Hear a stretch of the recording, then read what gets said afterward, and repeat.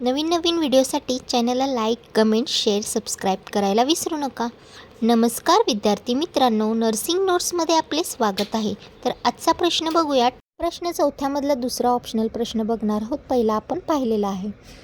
या व्हिडिओमध्ये आपण लहान मुलातील दम्याची कारणे, वर्गीकरण आणि वैद्यकीय शुश्रूषा व्यवस्थापन बघणारच आहोत. त्याचप्रमाणे आपण यात व्याख्या, तपासण्या आणि लक्षणे पण बघणार आहोत आणि हा क्वेश्चन कवर करणार आहोत. तर चला बघूया ब्रॉन्कायल अस्थमाची व्याख्या, डेफिनेशन. जेव्हा फुफ्फुसातील श्वासवाहिन्या आणि श्वासिका यांना अचानक झटके येतात आणि त्यांच्या मार्गाचे अंकुचन होते, ज्यामुळे श्वास घेण्यास अडथळा निर्माण होतो, त्या स्थितीला ब्रॉन्कायल अस्थमा किंवा दमा असे म्हणतात.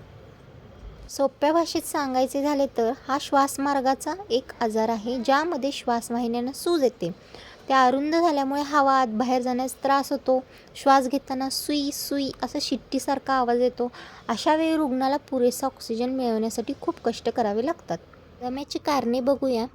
अनुवंशिकता. घरातील आई, वडील, आजी, आजोबा यापैकी कोणालाही दमा असल्यास बालकाला होण्याची शक्यता असते. संसर्ग.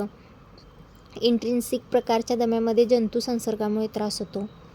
ॲलर्जी असेल, वातावरणातील धूळ, फुलाचे परागकण, प्राण्याचे केस, पक्ष्यांचे पिसे किंवा विशिष्ट अन्नपदार्थाच्या ॲलर्जीमुळे दमा लागू शकतो. चिन्हे व लक्षणे बघूयात. दम्याची सुरुवात अचानक होते. श्वासोच्छ्वास करताना सुई असा आवाज येतो. बालकाला गुदमरल्यासारखे वाटते. छाती घट्ट आवळल्यासारखी होऊन अस्वस्थ जाणवते. त्याचप्रमाणे श्वास घेण्यासाठी सहाय्यक स्नायूचा वापर करावा लागतो. कधीकधी बालकाला ताप येतो. गंभीर अवस्थेत खूप घाम येऊन बालक निळसर पडू शकते.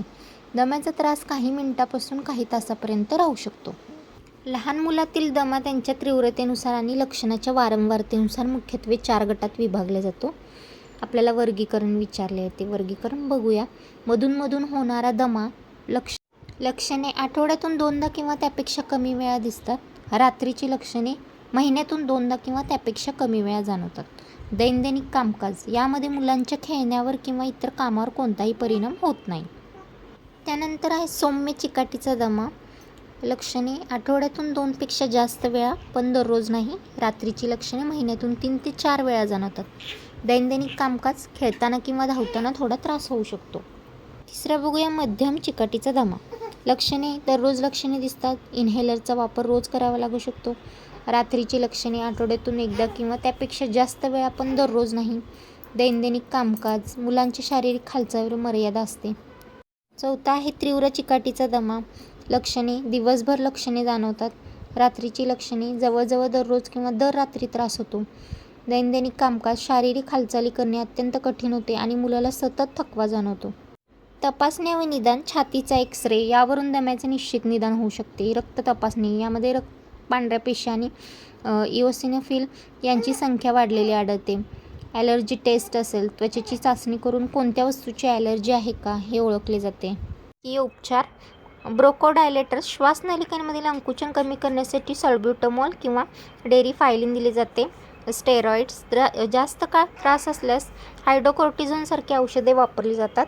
अँटीबायोटिक्स. जंतुसंसर्ग कमी करण्यासाठी ॲमॉक्स, जेटामायसिन इत्यादी औषधे दिली जातात. शामक औषधे. बालकाला शांत झोप लागण्यासाठी डायझेपमसारखी औषधे सौम्य प्रमाणात दिली जातात. परिचर्या बघूया, म्हणजे शुश्रूषा. बालक निळसर पडल्यास त्वरित ऑक्सिजन सुरू करावा. ऑक्सिजन हुड बॉक्सचा वापर करावा. तापमान, नाडी, श्वसन दर 2 ते 4 तासांनी तपासावे.